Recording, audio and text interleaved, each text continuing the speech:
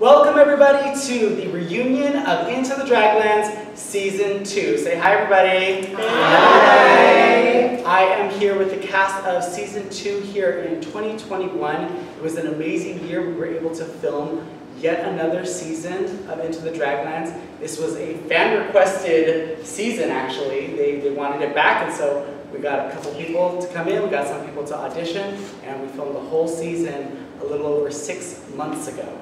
So let's do introductions. To my right, my far right, we have the King of Sacramento origin stories for Kings. Give it up for Lez-he West. She comes all the way from Modesto, and even though she's leaving us, she will forever leave a legacy here behind. Let's introduce herself, Miss Aria Gunna. All right. Make room for the big girl. She's loud, she's proud, and she is killing it on the scene. Give it up for Rosalie. Our first AFAB queen, looking delicious, and she was our secret competitor this year. It is Miss Brenda Ova.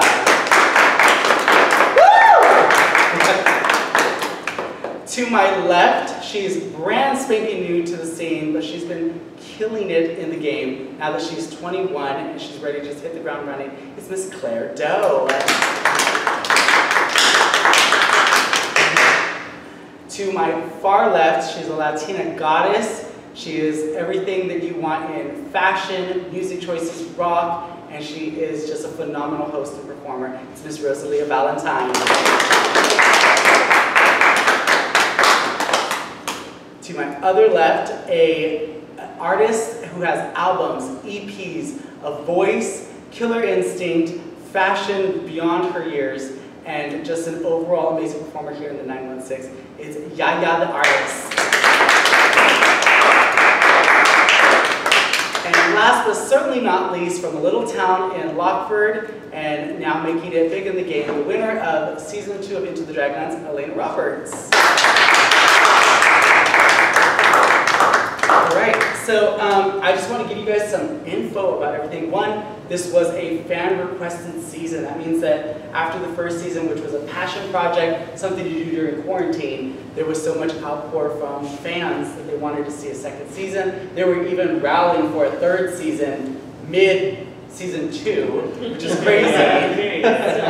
But I do want to let you all know some fun facts. On YouTube, as of standing, you guys have racked up with all 8 episodes a total of over 2,700 views, which is great for our little production. Amazing.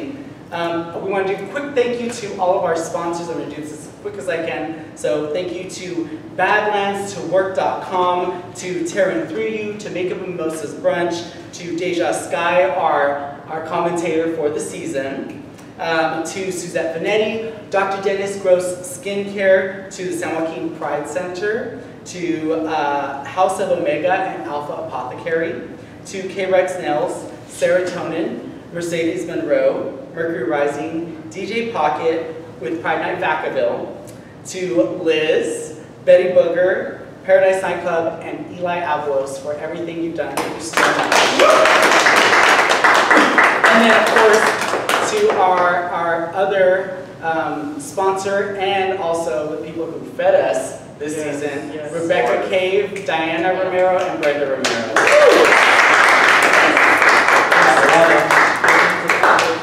So we're going to dive right into this, and we're going to start out with our first girl, Miss Rose. Miss Rose Everybody, Rose.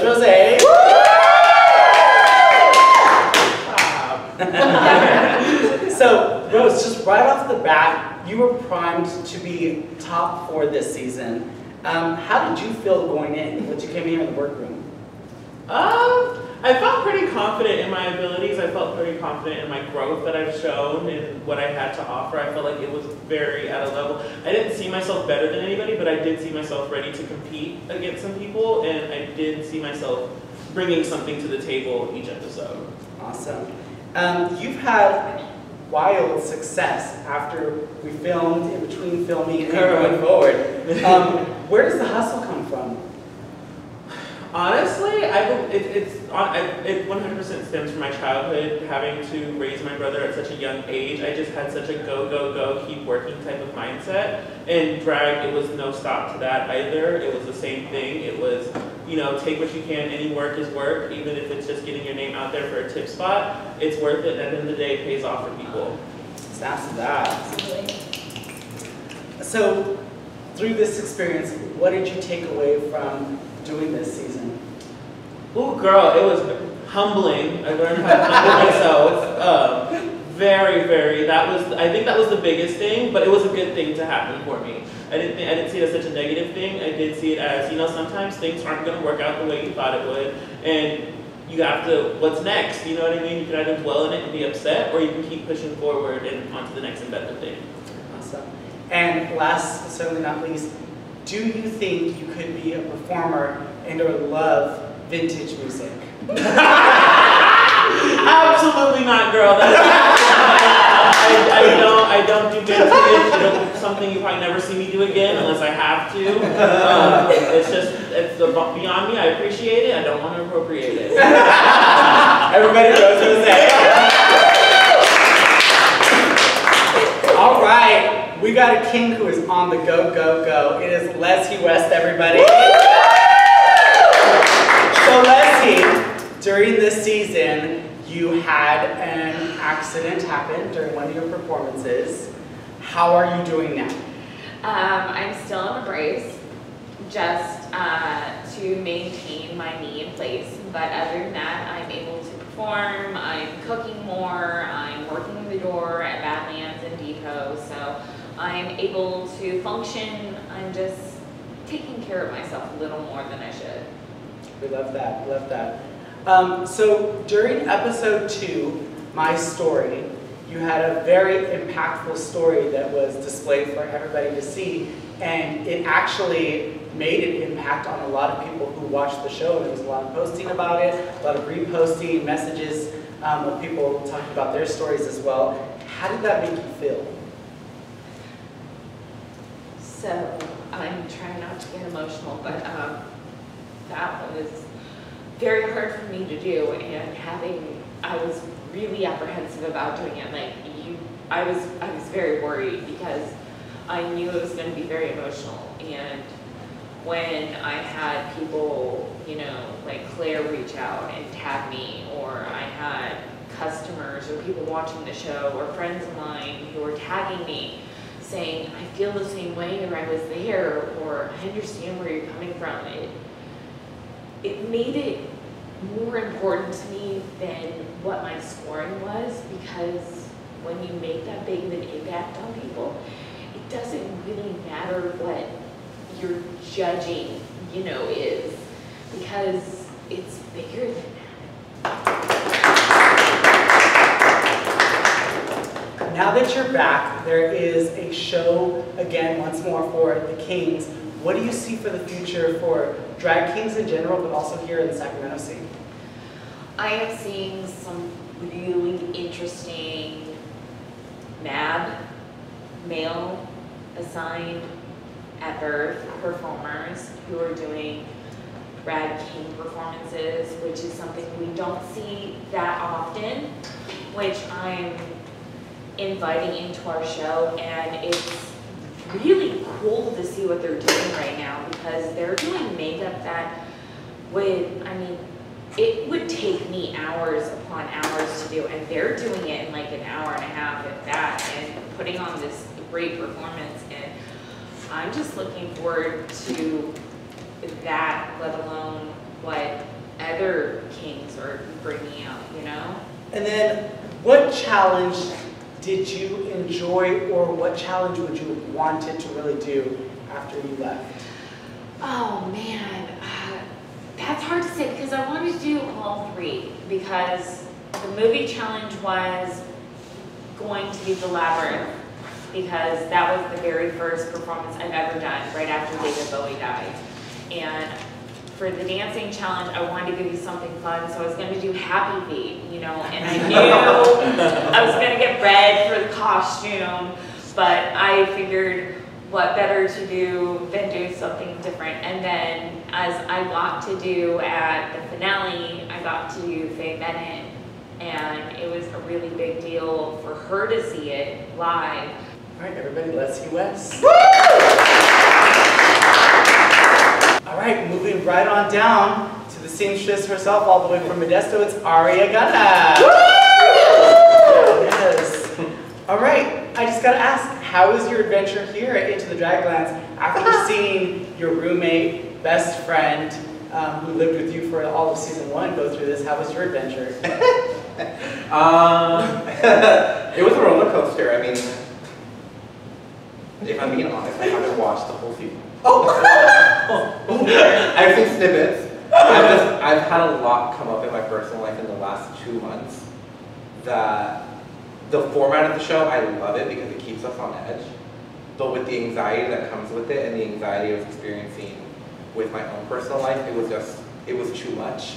So I had to choose something to kind of let go for now. And Into the Draglands was that where I could let go. And then once it's finally all said and done, sit back, enjoy it for what it is. And it's a passion project. I loved it. It was a roller coaster nonetheless. So you're gonna watch it? Oh yeah. Okay. Eventually. You were known for making most, like literally 90% of your costumes during the competition. What was your process as soon as you got the assignments to going at that? I think just sitting down and looking at what, first of all, I had to narrow down the music of what I wanted to do because that really would help kind of conceive the look. And I think the next step for me was something I didn't really do or really don't do is just like sit down and sketch what I wanted to do. So just sitting down, sketching very basic sketches and then figuring out, okay, what kind of, now going fabric shopping, what kind of fabric do I want to do, what color do I want to be stretched, do I want to not stretch, do I want something shiny, do I want to rhinestone it, what do I want to do with it? And then from there I took 3 weeks off of work and that's what helped. Everybody, how you gonna? Alright, Miss Brenda Opa! It's over for you bitches. Oh, I'm gonna regret that until the day. Merch. Coming soon. So, there's a two-parter question here, but what did it feel like during filming or after it, knowing that you were the secret contestant? I was very intimidated because of the few names that I knew, and then because of that, I was like, oh, there's mystery behind that, and like, I don't know, I was super overwhelmed because I knew how fast I had to get prepared for this project. Like, I had not just half the time that all of you guys did. I found out in the middle of your guys' filming that I was going to be in the show. So I came here with a suitcase from San Diego in the middle of a fight with my ex. Like, I packed during the fight, so it was very like chaotic and stuff. I came with 2 wigs, 2 pairs of heels, 2 dresses, and that was it because I thought I'm not going to be here that long and I'm not going to be doing that much drag. Here I am back. Hello, I'm here. So I had to, like, I was scrambling, just like sewing up until the minute, and I didn't know, I only knew a couple of the people that I was competing against, and they didn't know I was competing against them, and I was just like so in my head, and I wish that I had some interaction with somebody else so I could have had ideas to bounce against. It was very like, I thought that I could mentally handle it, and then I was just like, you're the worst person at drag in the entire world. And like, I was just very in my head. But it was okay, like I made the best out of it, and I really, like, I'm so glad that I went through with it because, as you know, I don't know if anybody else knows, but I was supposed to be a part of the cast of season 1. Yep. So I'm glad that I at least went through with it and did what I could with what I had and made it happen, because that's like more than I thought I could even do. This was the season you were supposed to be on. Exactly, yeah. Yeah, I was supposed to be here. So, just real quick segue off that, did anybody else have any thoughts about when Brenda was revealed, or thought that maybe it was Brenda? I remember because I knew some of the stuff going on behind season 1. So I knew she was part of it, and I know what happened a little bit. And then knowing that we had a secret competitor, well, I didn't know who it was. So seeing that after she was revealed, I'm like, okay, this is gonna be good. She was a wild card.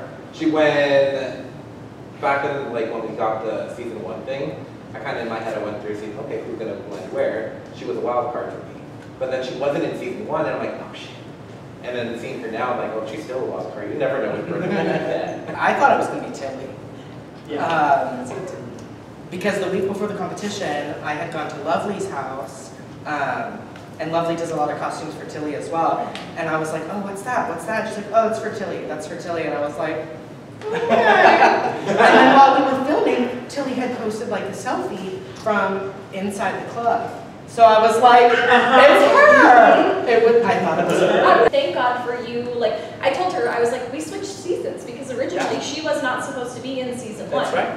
Yeah, And I dropped out. We ended up switching basically. So it worked out how it did. Seeing AFAB Queens make more of a splash in the mainstream, on TV, you're here on the show. What are your thoughts about more AFAB performers going forward in the drag scene? I'm losing my mind about it. I love it so much. Sigourney Beaver is on. We've got Victoria Scone on Drag Race UK. Like, I'm obsessed. And I hope that eventually I'll be on Drag Race. It might be a few years, we'll see. But like, you know what? I'm gonna keep trying to put my name out there as well as promote other AFAB queens and like make sure that there's a platform for us. I think that because I have this platform, I need to like reach out to other people and make sure that they're getting the same elevation in their careers that I got from all of you guys, because like I wouldn't be sitting here if it weren't for your support, your like anybody who was here when I started doing drag supporting me, I wouldn't be here if it weren't for you guys. So I'm super appreciative and I want to give more of them a platform for that. Who do you think, other than the people you knew, who else did you think was going to be in the cast? I honestly had no idea. I was a little bit taken aback because I thought that there were a couple people that like would have applied that I would have seen. I thought possibly like Lotus and My Illusion would have. Those were two people that I was kind of anticipating participating against, but like most of you guys, I don't want to say that I expected it, but like we do kind of have the tippity top here. This is a pretty good looking cast. Everybody, Brenda. Right.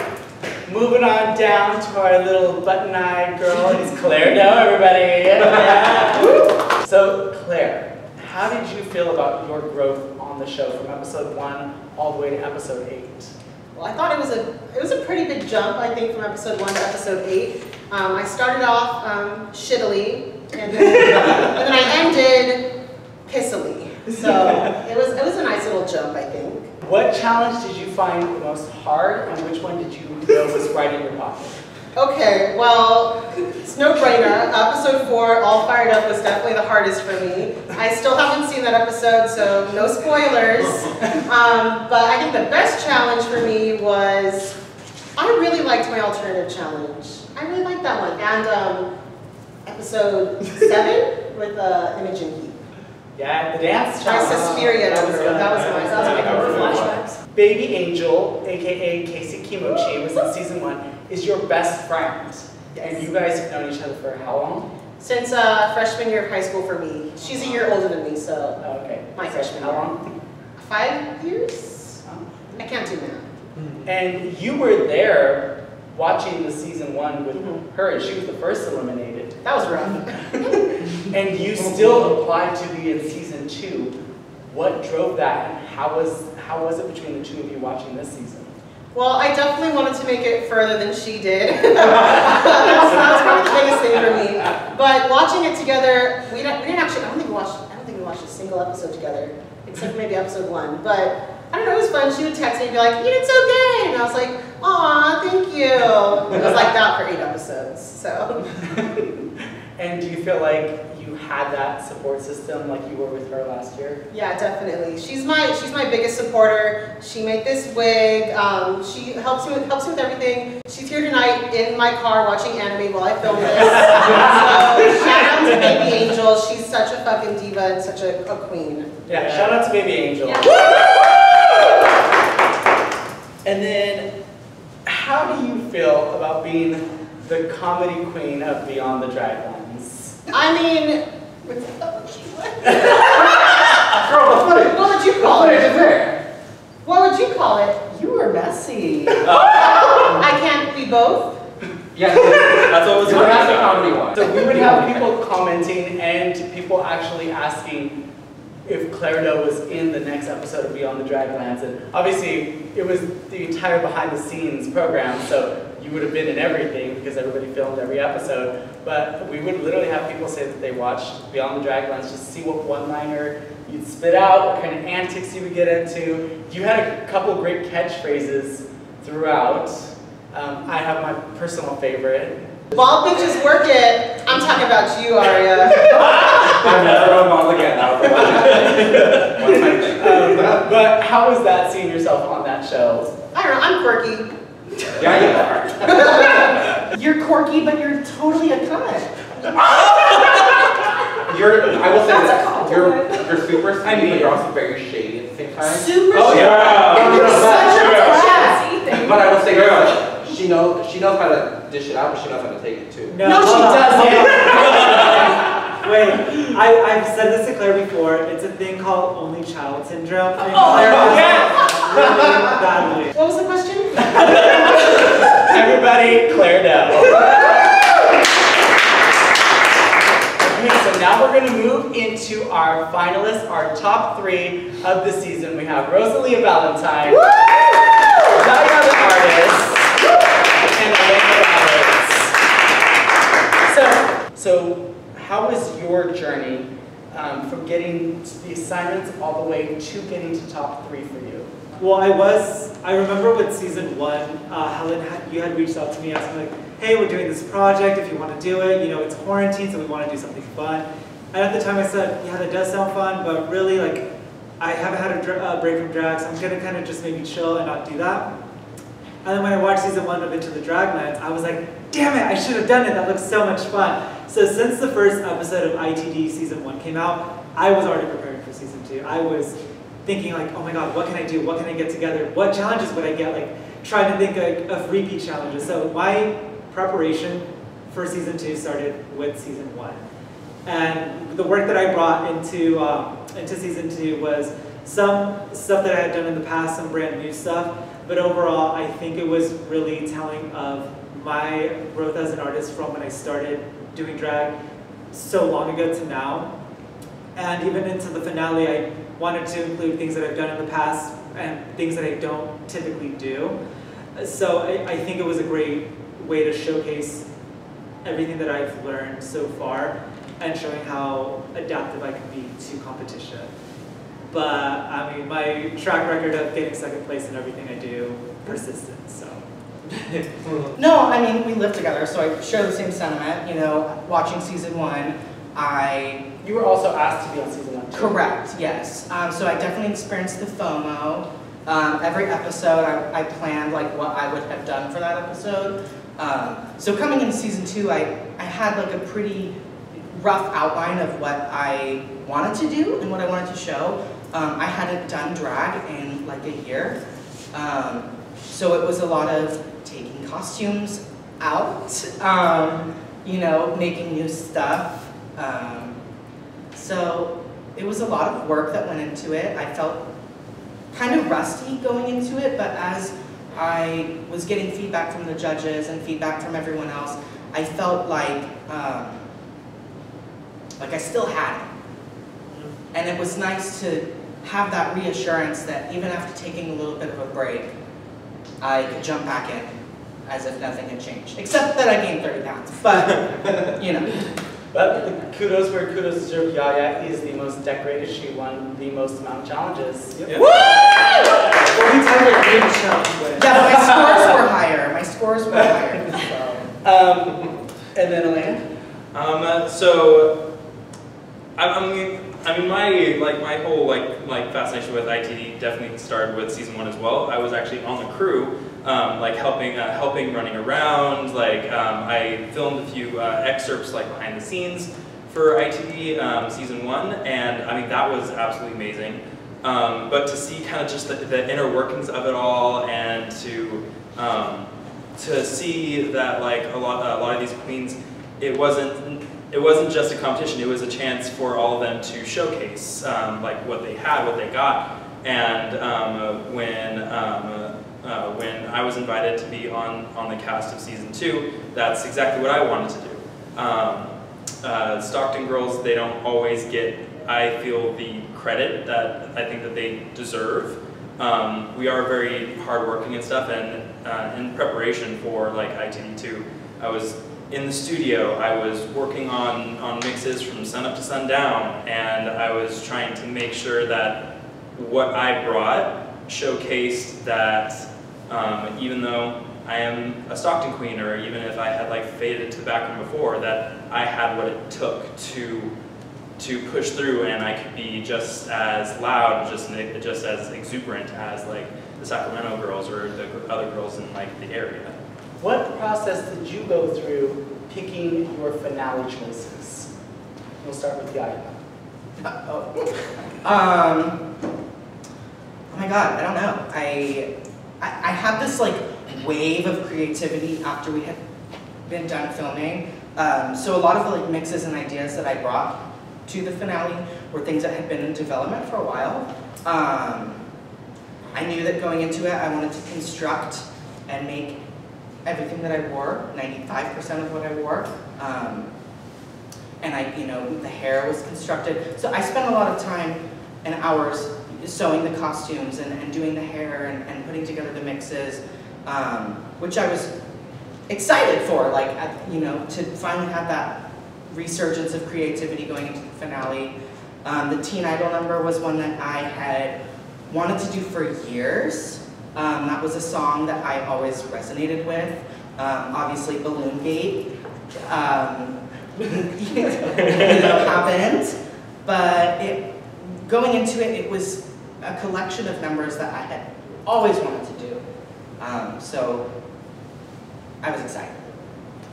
Rosie? I'll be honest, I was a little bugged just because I feel like with the last 3 challenges that we had to present, I wasn't sure, like, the options that we had for the first ever being person of choice, you would think that would be easy, but I just couldn't fixate my mind to just focus on one thing. So I was kind of becoming my own enemy at that point. And then redeeming the movie challenge, I had thought with the criteria of the actual episode to make my mix in accordance to that, which is use your dialogue in the beginning or in the middle, do not make a mix. So that's what I did for the finale. I wasn't told until the day before that, it's just make an entertaining number in accordance to the challenge. Otherwise I would have done a different route.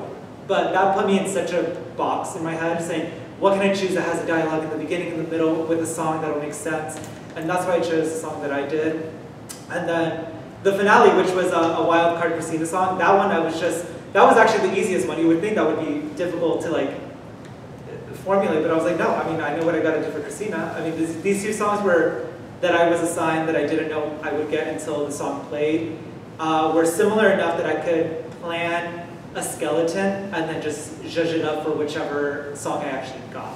So the Christina song, which was the last song, was the easiest for me. It was the personal choice that was a bit of a challenge, and the redemption, which I think went in a direction I wasn't super proud of. Picking my finale choices, it was as soon as I found out what my lowest score was, which was All Fired Up, I wanted to kind of figure out 2 songs that would, or figure out what was going to flow well. And then once we got Christina Aguilera and those kinds of songs, it looked like I was going for more like a 90s type of route. So I wanted to try and go some, kind of stick within that kind of that realm, that like 90s, early 2000s kind of song choices, so that it all kind of just flowed well together.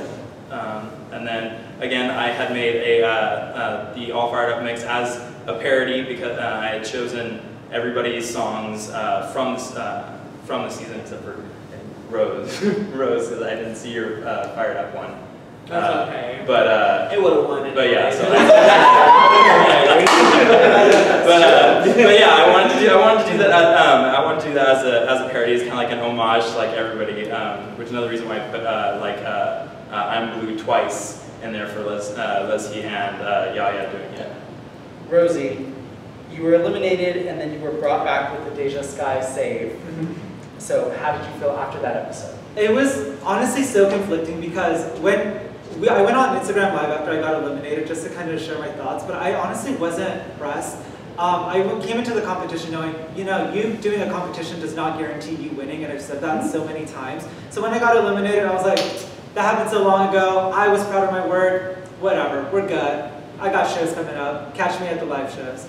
And then I was brought back. So I was like, oh my God, I'm still in the game. I think I was more shocked that she was eliminated. She was. I was like on the couch like, and she was like, that's cool. I was like, but that being said, the fact that I made it to the top 3 being brought back after being eliminated, to me, felt like I was kind of going up against this handicap. You know, if you watch drag competitions from all over, you know, like eliminated contestants that come back rarely ever win. There is La Más Draga from Mexico where the eliminated contestant actually did win, but that's like a one-off. Any other time, you don't see that. So I was not gonna like let that stop me from giving it my all in the finale, but I knew coming into the finale, I was like, I've been eliminated and I don't love how that makes my report card look. So that was still in the back of my mind, but I am beyond proud with what I presented in the finale. I thought you were gonna win. I thought that too. Elena, you've been in and out of drag, but coming back, what was your biggest worry and what was your biggest motivation? My biggest worry was my performance is not having enough like impact, and then I mean of course my clothing choices as well. That was always like a big thing for me. My biggest motivation was people were going to count me out. I mean, I'm labeled as the underdog of the season because of my looks, because of how I look, and I'm trying to and my whole motivation was trying to prove that just because I may not have extravagant clothes or shoes or anything like that, that I'm still a good performer. And that's clothes for me, because I'm not a look queen. I've never claimed to be a look queen. I wanted to show people that there's more types of drag than just looks. Absolutely, I agree with that. I will say it's almost insulting when the Stockton queens try to say, well, we're performer queens, we don't care about our looks. It makes it sound like the queens that do care about their looks aren't good performers. And I'm a fucking good performer, and she's a good performer, and we always look amazing. And it's not that I spend extra money on my costumes. I've spent years teaching myself how to sew and how to do my own hair and to look amazing. Because when you walk into a club, that's the first thing people see.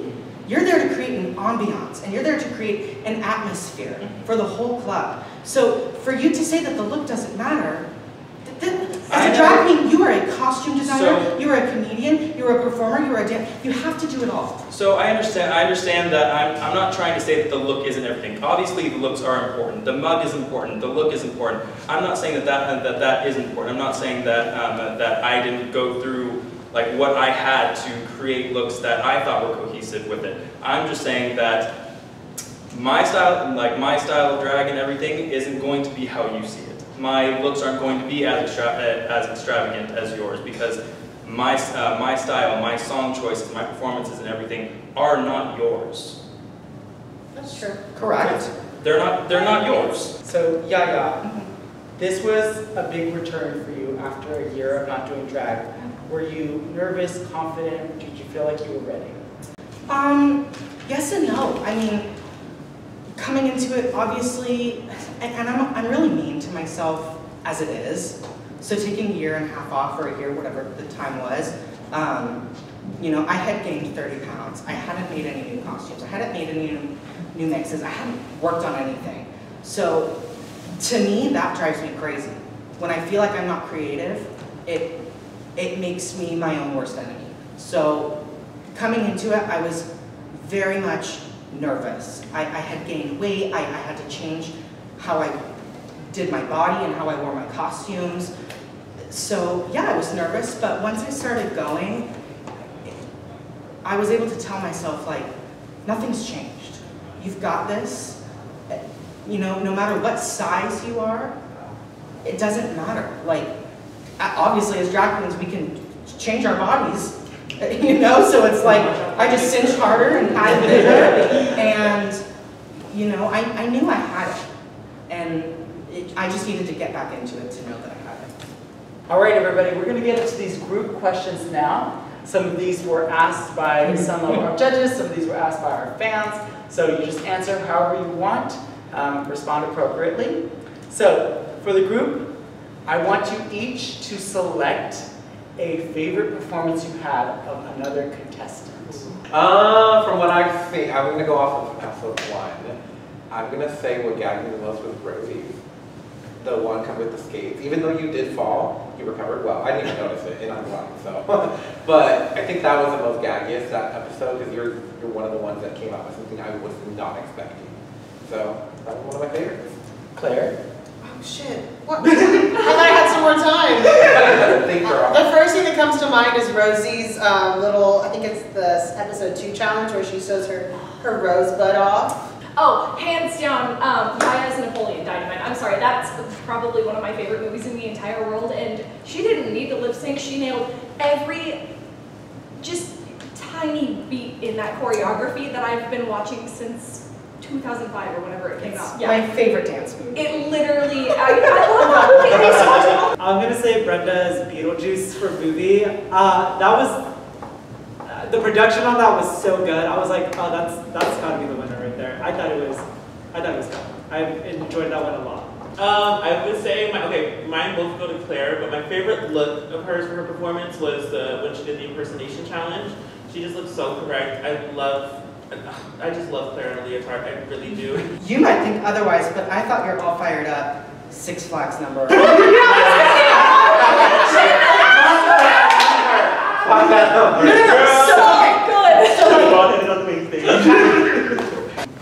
By far, my favorite of the season was Yaya's vintage one. Ooh, like she looked good. the look was right, the lip sync was right, the fact that you the cigarette holder was almost like an extension of your hand the whole time. You knew exactly where to go with it, what to do with it, like the whole thing. It didn't look like there was a single piece of your entire performance that was not thought out and thought through. Can I give an honorable mention really quick, because this was like my other choice? You with the cauldron. I know you have issues with it, but that was just so, like, that was such a good use of a prop, and I really appreciated that. That was a really good one that sticks out in my mind forever. I was freaking out the whole time down here because I was just like hoping that dry ice wouldn't evaporate. I knew that's what it was. Because I was just like I was checking on it all day during filming because I was just like, oh my god, please stay intact. It was very, very good. I really, really liked that one. Okay, so if in the fantasy world of RuPaul's Drag Race or Dragula or Into the Draglands, if you could pick a theme for a challenge, what would it be? Just a theme. A group challenge. Okay. I think girl groups, yeah. Yeah. Like splitting the task up in half at some point. Yeah. And having us do like, whether it's like lip syncing like a song like they do on Dragula. Like. I mean, I've already sent in my suggestion for a Disney challenge, so that's copyright, baby, copyright. Rosie?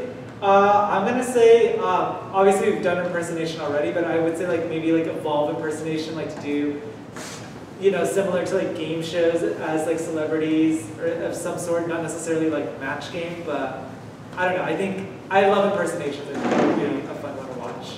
To add an extra layer to it. I'm a theater girl, so I feel like monologues would be a really great challenge. Like acting, but more like not necessarily dramatic. I hate that we always have to make ourselves comedy for people to enjoy us when we're talented too. Exactly. I feel like dramatic monologues or something like that would be really cute. Elena? Yeah, I fully agree with Rose. Like I would have loved to sit down and actually do like a full monologue challenge. That would have been like everything. And Claire? I think monologues would be cute, like an acting challenge of some sort, like with a microphone, or like something live. Ooh, or like stand-up comedy. I think Well, we did live last year. Well, we did. Yeah, but that didn't go that well,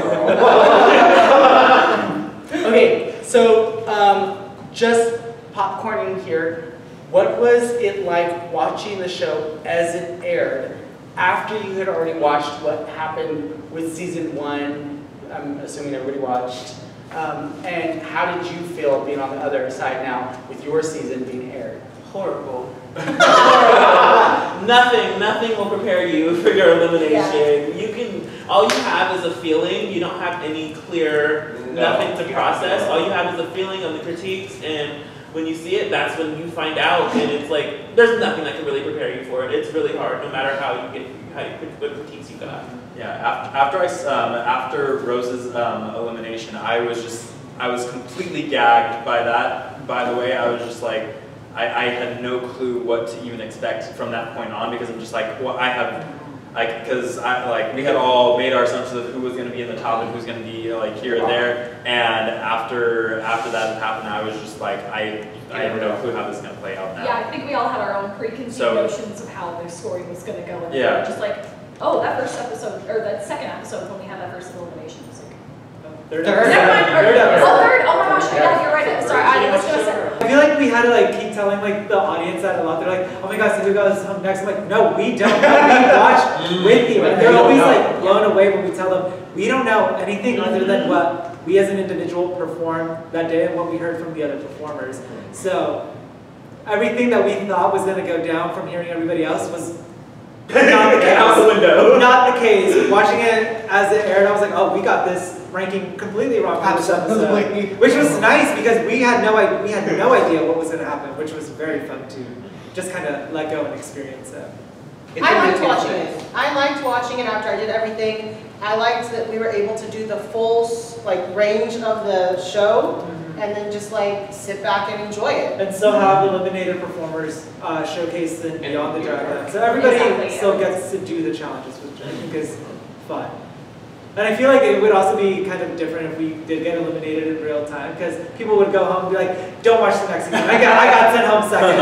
And so it's like, no, just watch the show. Yeah. Just have fun. So if you could suggest or nominate a performer to be on a similar show, or we'll just say Into the Draglands season 3, who do you personally feel would do well and thrive in a competition like this now that you've gone through it?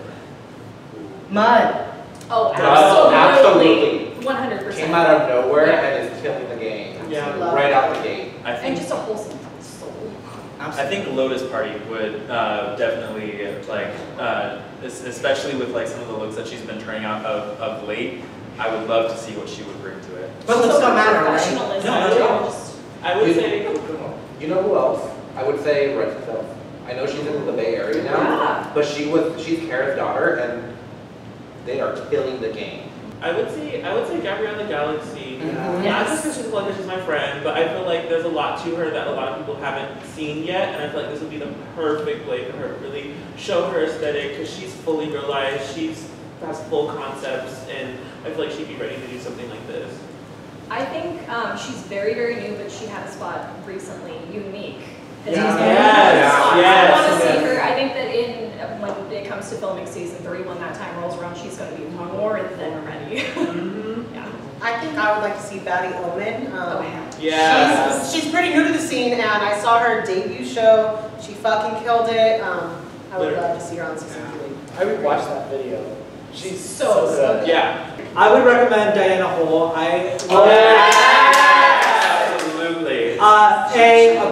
A breeze to work with, just so easy down. to go with the flow. Yes. And two, their vision with drag is just, It's different. it's so fresh, you're right. It's just, I love seeing what she does next. Yep. All right, so now we've come to the time. Does anybody want to get anything off their chest? I do. Go, that was quick. There's a scene in Beyond the Draglands where I'm talking to Elena about you maybe having an unfair advantage, and you're like, why do you think that? And I was like, well, you live with Helen, yada, yada, yada. And I said, we'll have to see if my prediction comes true that you might have an unfair advantage. And maybe, I'm not insinuating, I am insinuating that maybe you had an unfair advantage. Absolutely. Okay, so I just want to kind of set this whole record like straight, like right out the bat. I think that all of us can fully say that Helen has never, in her entire history of competition shows, because she's put on a few, there has never been a singular moment where she played an unfair game. Ever. Ever. Lies. No, ever. It's never been about like favoritism or anything like that. And when it came to the actual show, I wasn't living with Helen at the time when we were actually filming. I was actually in the process of moving to Helen's house, and it wasn't until after we had filmed everything that I was even in the house. But you lived with her going I'm to sorry. the finale. It actually wasn't about you living with Helen, it was about you having different filming days and different judges. You filmed after all of us filmed our looks and our episodes. And she was there to see all of us do our numbers. So why do I believe that she wouldn't tell you what we all did? Oh, Well, okay. no, those are I don't assumptions. think that Brenda had different. filming can't be confused. Brenda had different There's no judges way as well. that, I love you guys, there's no Yeah. way. I think you filming might have can had an be- unfair advantage as well. I think that I might have too, but however, I signed up for that. I That's signed true. up for it. That is true. You guys didn't, I can understand where you could be upset if you think that that was the case. I cannot say that because I was upstairs, I was Yeah, by but you didn't myself. date Helen Stop. years ago. You also didn't break her heart. Okay, that's not what I was saying. That's not at all what I was saying. Okay, so I was upstairs. I was by myself the entire goddamn time. Like, I had probably less information than all of you guys did because, to be fair, when we had our conversation about the topics, I did feel a little bit rushed because I knew that you were on your way to a gig or whatever. You had a lot going on, so I felt like I had a lot less information. And then on top of that, I didn't have you guys to like rely on for. Sorry. I wish you were here with us. No. I wish I had too. Brenda, Like, I sorry, said this- I've been holding this back for so long. So I said this too. I felt like bad knowing that you were the secret competitor. I'm like, I feel bad that like Brenda like had to be away from us because that is such a different experience than like coming back down and I having can the other hear you guys like performers. That was the best part of filming, getting filming. along, like having that moment together while I was upstairs filming my confessionals, and I had to like go back up and be isolated. It makes and not you feel be like able to better. talk. We weren't getting along. I know. I mean, once I watched She's like, out that's what the she Draglands, I said. was okay that I was alone. But what I'm saying is that like it's not okay. Like what she was going through doesn't give her an unfair advantage because. Just because they were going through some sort of transitional period, like where you were moving in with her, doesn't mean that you guys were talking about the competition the whole time. Like other real life shit was going on. So I think I don't know. I'm seeing it from both sides, and I'm just like that's why I'm feeling for you and trying not to get emotional. But like when you're going through all that, that's the competition's kind of lasting on your mind. Like I had a hard time getting my outfits together because I was so focused on it. So. My whole feeling about that and about the entire situation about your opinion about how you guys think that I have an unfair advantage. It really irks me because it's seeming like you guys think that I have no possibility of winning unless I have some insider knowledge or anything like that. So that's where I kind of am at, where it really makes me think that you guys think absolutely down in the dumps about me. And Elena, like I do want to like speak to you directly on this because I know going into the finale, you were kind of like at this lose-lose position where like if you won, I knew like you knew that people were going to call BS, or if you lost, you were going to lose, and that doesn't feel great. But the thing that like I have to like battle with myself about is like we've been doing drag just as long as I remember when I started auditioning for sidetracks, you were like on the scene too. And I just like want to ask you directly, like, do you feel like your drag was elevated enough at the finale to have won the whole thing? Like, I genuinely want to ask you that. Because I asked you after the second number how'd you felt, and I felt rockiness from you. Yeah. So my first number in the finale, I thought that the look wise, I thought I looked great. I thought I performed amazingly and everything like that. But if I am being absolutely honest and everything like that, between the two of you, I legit thought that you were going to win. From what I saw from you, it's not my whole thing is the fact that is I was scared at the possibility of winning because I knew I would get all kinds of flack for it. And I want to tell you that I know that you had that in the back of your mind. I'm sorry that you had to go through that because I can't imagine having to win, be spoiled that way. Yeah. I don't want this to come down to like us attacking Elena. You know, obviously in our podcast we share our opinions. Mm-hmm. I just want this to be fair from what I'm speaking on behalf of me and Yaya. We are in a drag competition. Yeah. And we are going to just give our opinions as if we, from what we are seeing too. Yeah. My honest opinion and everything like that went from what I've seen from both of you, because I was able to watch both of you guys' performances, and from what my opinion was the whole thing in comparison with mine, I thought you were going to win. I really honestly did, and that was how I was going to do it, and I was okay with losing. And the thing about it is that like, if I were to lose, it honestly would have been a relief for me because at that point I know nobody would say anything. Everybody would be like, oh, that's fair. And I want to tell you that I'm sorry that you have to have that burden on you. Going into the finale, knowing that it was The odds were stacked against you. Yeah. I completely acknowledge so that too. I am so sorry that you had to experience that. I truly am. I really do want to say to both of you. I saw you come into the scene. Like, I watched you come out of absolutely nowhere and start just decimating the scene. And watching you grow and watching you do all those things has been absolutely incredible. And I don't think that you fully know how much of a fan I was of yours since day one. And I literally mean day one, because I have videos of me doing my little 1-2-7, you sitting there and coming out to the scenes and coming out to the show so you could get an idea of how to get into the group. And when you did, you started going everywhere and doing it. And then seeing you come around too. Me and you started at the same time, and seeing you grow and elevate and everything. And so being in the competition with both of you, I was just like, fuck.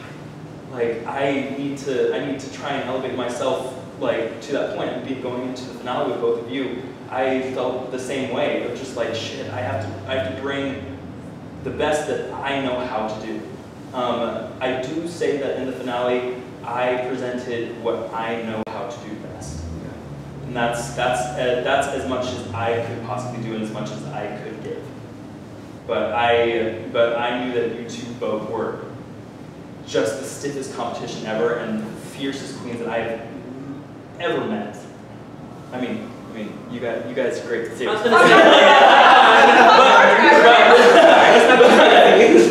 being able to see both of you just to grow and elevate and see you guys especially, because like us three have gone from the beginning all together.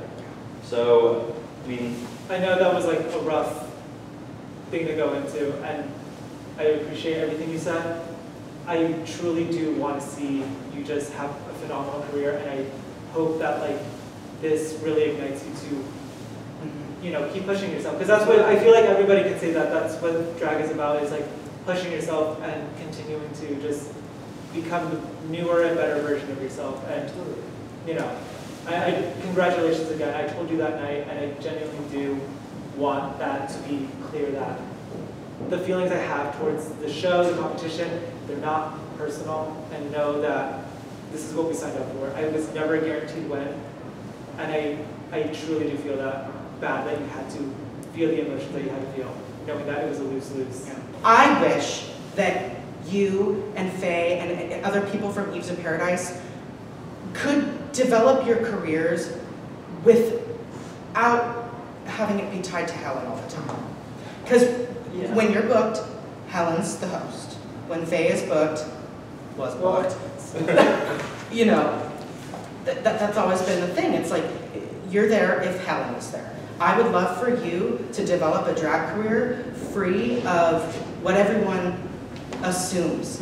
Because the whole community looks at it as Helen forces her friends on everybody. And it's unfortunate, because that's not fair to you, and it's not fair to the Eves of Paradise. You know, I want to see you do well because you deserve to do well, not because your ex and your roommate is pulling the strings for you to win. And it was hard when you won, because in my mind, the first thing I thought was, yeah, we all knew that was going to happen. But it's like, obviously I want you to win if you deserve to win. Yeah. But in that moment, I didn't feel like that.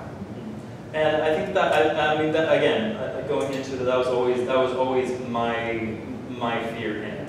But my goal in this whole competition was to develop that for so that people could see what I had to bring and everything, so that I could start to get bookings by myself, start to get things out and everything like that. Because for most of my drag career, that has always been the thing that people always said. Oh, Elena's here because Helen's here, or they're there because it's the charm ones and everything like that. And I mean, it's always been the thing for me. And so I wanted to take this time to show people what I had and be able to move forward, so that whole idealism of me being reliant on Helen was squashed.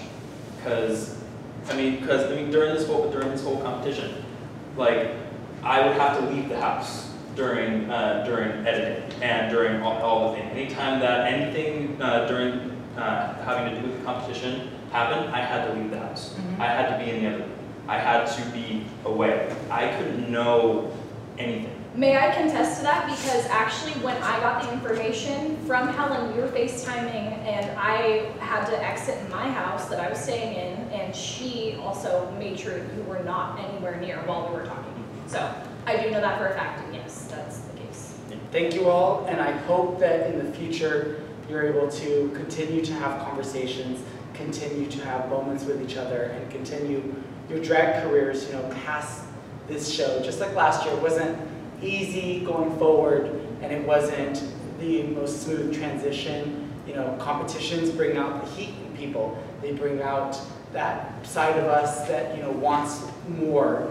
And the purpose of Into the Draglands really is to showcase people in their effort, which is why everybody films every episode, is to get the chance to develop themselves and see the range that they can put themselves through, which is why we put you through the hoops. It's to make it so that you're not just good at the singular category that you're good at. It's to see what you can do outside of that with whatever is in your tool set. And I hope that going forward, any of the competitions, that they take a note from being able to help competitors be able to develop and be able to see range, as opposed to just seeing a single performance and voting based off of that. And I hope that they create opportunities, growth, and that they help them to put out merch and designs, and that they develop new fans and followers for them all. So that's really the bigger purpose. Is when I say that this is a fan requested season, I mean that they wanted to see more of their local competitors, which is oft not looked upon here in the Central Valley. We just are not looked at as fondly as like the Bay Area or Los Angeles, SoCal, and we definitely sure the hell aren't picked for RuPaul's Drag Race or something like that. So this was an opportunity to have a community show where your people are rooting for you, where your people are standing up for you, and they're standing and they want more for you. That's the purpose of Into the Draglands, really. And just adding on to that, I 110% believe everything that Helen said. Being the first girl out, I have never felt so much love, so accepted, so widely wanted than I have even before this show. And so I'm so grateful, because it's 100, it doesn't, fuck your placement, wherever you place in the competition, it's 110% what you do after it. Mm-hmm. And I can attest to that. I am so grateful to everybody who's booked me, who's responded to me, who's messaged me. Yeah. And we've said that since day one, which is, it's not what happens on the show, it's what you do after. Mm-hmm. Let's do plugs really quick, and then we have a congeniality performer to crown, aka Peg. So we'll start on the end there. Rosalia Valentine, take it away. So you can find my merch on my Instagram, which is Rosalia Valentine, and I have the link there, which will send you to threadless.rosaliavalentine. And I currently have 2 designs available for shirts, mugs, sweaters, and there might be their design coming very soon. So keep an eye. Yeah. You can find me on Yaya the Artist at Threadless, or .threadless.com. got some designs up there. My music is on Amazon and Spotify. Every first Tuesday of the month, you can find Rosalia and I hosting Nightcap Drag Cabaret at the Callback Bar inside Punchline. And you can listen to our podcast, Out of the Draglands. We may be revamping that and coming out with a new podcast where we review many things. So stay tuned, follow me on Yaya the Artist. My Venmo is Yaya the Artist. It's Yaya the Artist across the board. So. And your latest album is called? Stranger. On iTunes, Spotify, Amazon Music, and probably LimeWire. Elena? I do have merch out. You can find that link in my bio on Instagram, RobertsElena95. That will take you to my Threadless account. I currently have 4 designs for t-shirts, tank tops, sweaters. I even have some designs for zipper bags, tote bags, backpacks, and even just for shits and giggles, I have a shower curtain out. Yeah. So shopping done. So if y'all want to shower with Elena Roberts, I don't. You do.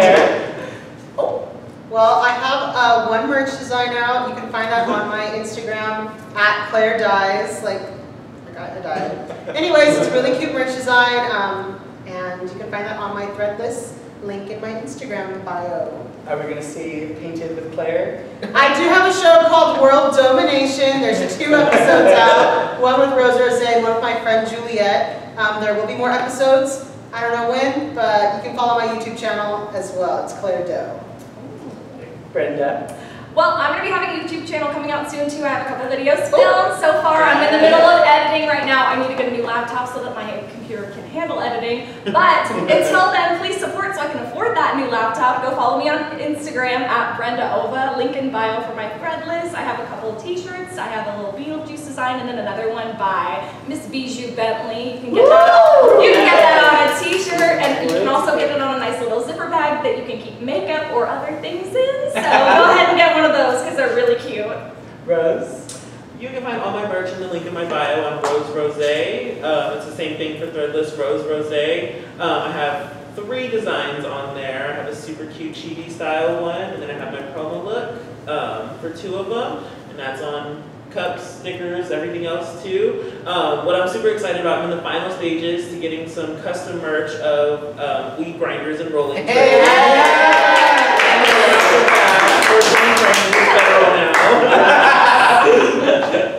Aria? So you can catch me on Instagram @Aria_Gunna. I will be coming on merch in the future, maybe by the new year. Alright, we'd love to see it. So now is the time, last piece here, we are going to crown our performer congeniality. So it was a really tough race. There were 3 ties, and one person won by 1 vote.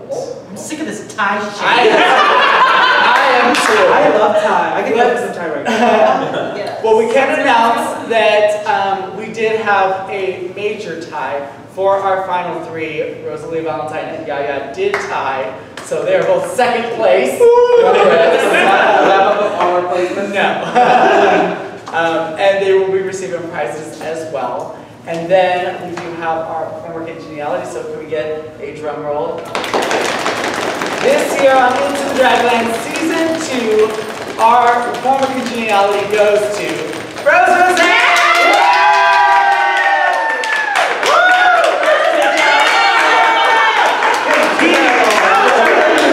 So like being favorite. I'll take it. I'll take any recognition at this point. The cash is the same either way. Yes, she will be receiving a cash tip courtesy of Makeup and Mimosa's Drag Brunch. And I hope that you all go out, support, follow, like, go back and binge Into the Draglands Season 1, Season 2, go follow all the Season 1 contestants, and just go support local drag. It cannot be said enough. Thank you all so much for tuning in to all the episodes that you've tuned into. Thank you for chatting with us on the comment boards, in the live chats. It's been amazing. We hope that there's some great comments down below when this airs. And who knows what the future holds, but I know that the future holds great things because of all of you performers that are in it, and I hope that you continue to thrive and kick ass. And I'm Helen Hill signing out. Thank you guys so much, and have a great year. We'll see you guys later. Bye. Bye.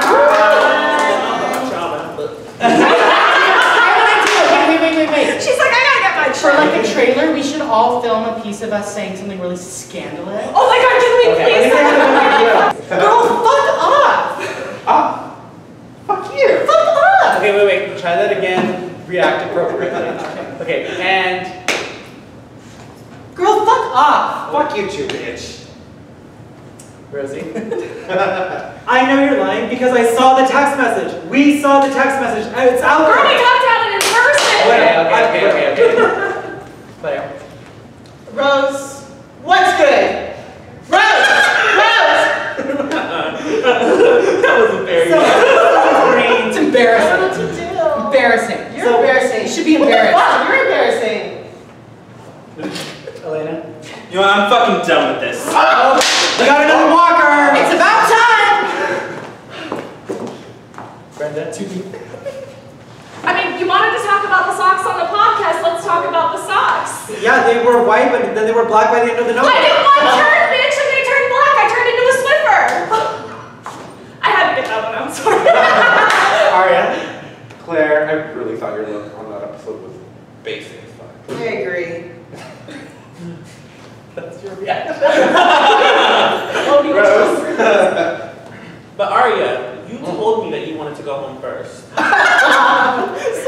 I said what I said. Didn't go home though. Actually, the real winner is. Okay, we're good. Although I just wanted to make one comment. Oh, wait. Oh, so yes. I remember the scores. Shady-Bee should have won.